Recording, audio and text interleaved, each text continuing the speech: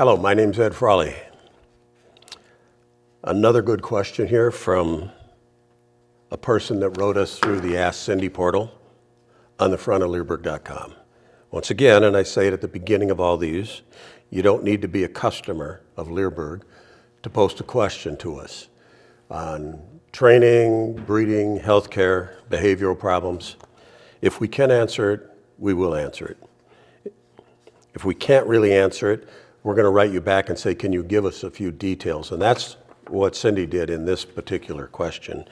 And it's about some people that got a 17-week-old puppy, and they have a toddler, and this puppy went after the toddler 3 different times, once almost in the face.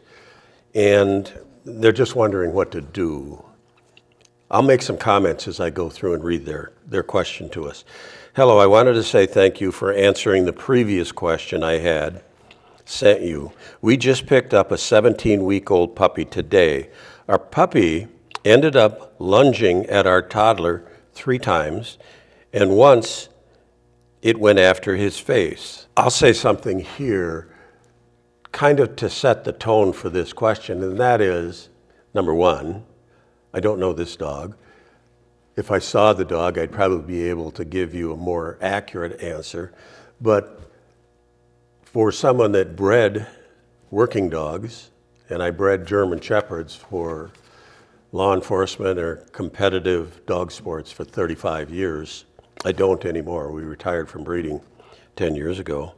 But I know puppies, and I bred puppies that had a lot of drive. And just because this puppy went after this toddler 3 times doesn't mean the puppy's a little goofy in the head. Okay, there's always a possibility that it could be. I don't know, I can't see it. But I look at it like this. The litters that I bred had tons of prey drive. The litters that I bred, by the time they were 5.5, 6 weeks old, the way they play together is they jump on one another and they bite one another and they scream and holler, and that's how puppies interact with their litter mates. They play tug of war. They're always screaming, and it's just what they do. And it's the only thing they know how to do. So when a puppy then comes into a home, it doesn't know how to interact with people. It knows how to interact with its litter mates, but not with people. And we have to teach them that. Now, this puppy is 17 weeks old. I always sent my puppies out when they're 8 weeks old. So something's been going on with this puppy from 8 weeks to 17 weeks, from the time it left its litter to 17 weeks. So we don't know anything about that. But we'll get some ideas here. But quite frankly, I would treat this puppy exactly the way that I treat the puppies that come or that go out or come into our home when we buy a new puppy at 8 weeks. So I'll continue here. This is what the person said. We've never encountered this behavior before, and we don't know what to do. We have a crate for his space, and we keep him on leash, which I've seen in the Leerburg videos. We tell people, you get a puppy, you keep it on leash in the house. You know how long it takes a puppy to pee if it goes behind the couch? About 3.5 seconds, and they don't want to do it in front of you. So it's the old story, don't blame the dog for your mistakes. So back to this question. Is there anything specific or tips you found helpful that we can start right away with? Our plan is for the pup to be on leash now in the house and spending time in the dog crate, and hopefully learn how to relax and have our son hand him treats through the crate. Also, would the Michael Ellis course on raising a puppy be a good course? I was thinking the relationship course would also be a good idea, but I'm not sure. Again, Cindy went back to this person and said, what kind of puppy do you have? And what are your training goals?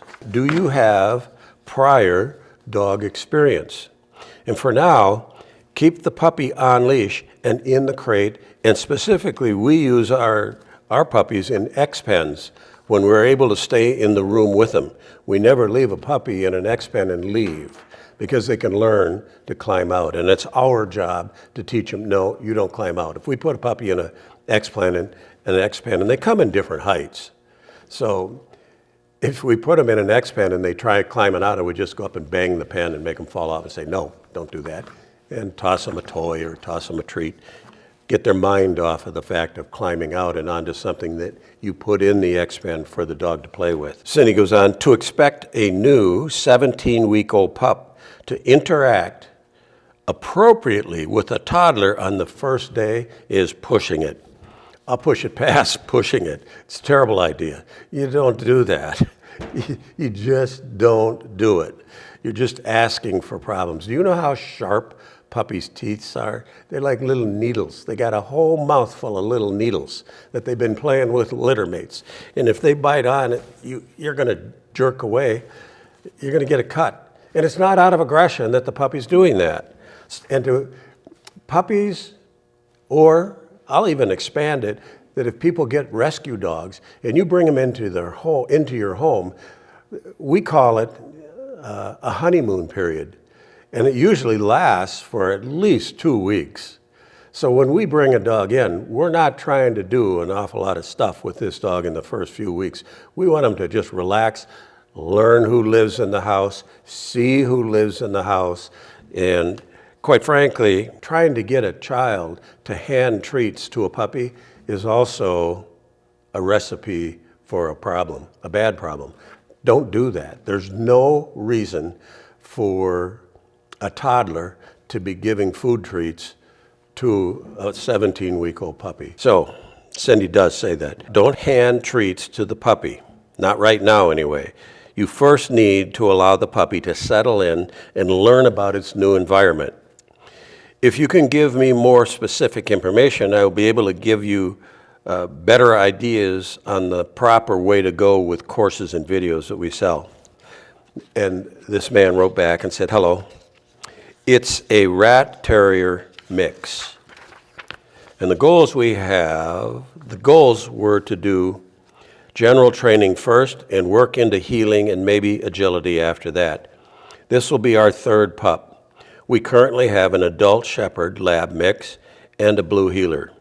Both are trained decently by my wife and I used Leerburg's training methods for the heeler. What is the best way to teach a pup to learn about his environment and our son? I've kind of talked about that already. Researching Leerburg seems that the pup watching from the X-pen in the crate is the way to go. It's true. It's exactly what they should be doing. Additionally, we don't have formal training other than what we've found on the internet and on Leerburg's website. Mine is mostly from Ed at Leerburg and other videos provided by your company. And then Cindy said, I would use an X-pen as much as possible, which we've talked about. I'd suggest your puppy 8 weeks to 8 months for the guidelines to start with and show how and it shows how we raise puppies in our home. The Ellis puppy video is very good as well. I suggest both to my puppy clients if it's within their budget. There's a bit of an overlap in the material, but Michael's puppy course has a lot of content. It's almost 7 hours of information. He wrote back, perfect. I'll start with yours, then Michael's, I believe. Is there a time period to expect for these things that I want to happen? And is there a good point to start in the course for my current situation? Good questions. There is no timeline when it comes to dog training. You have to deal with the dog that's sitting in front of you. And every dog is different, just like every single person is different. People ask us all the time, I'd like to have a step-by-step approach on how I train my dog. We can't give that. Nobody can give you that because you're always going to run into a situation that would interfere with your step-by-step little idea on what someone would tell you, and then you're screwed if you're going to think that that's going to solve your problem. You have to be able to understand the full training program and then think outside the box when a problem pops up. And that's really on you. So Cindy says, there is no timeline when it comes to dog training and puppy raising, as they are all individuals, and it depends on the consistency of your management. So true. And on the environment that you put that puppy in and expect it to live in. I'd start at the beginning, Cindy said, and that's the truth. Always start at the beginning, because I tell people when they get our courses, it's not a movie. And every single time you look at a DVD, every time you go through a course, you're going to learn something new. We try and put as much information into the courses as we can get in the time allowed. And sometimes it's a time constraint, especially in the old days when I used to produce videos, and you can only put 3 hours on a video. Sometimes you can stretch it, but then you lose quality in the image, so we tried not to do that. But go through these courses again and again and again, because every time you do it, you're going to get a new idea, and you think, God, I missed that the first time through. Every single person says that. Everybody does. He says, perfect, that sounds great, and I really appreciate your help.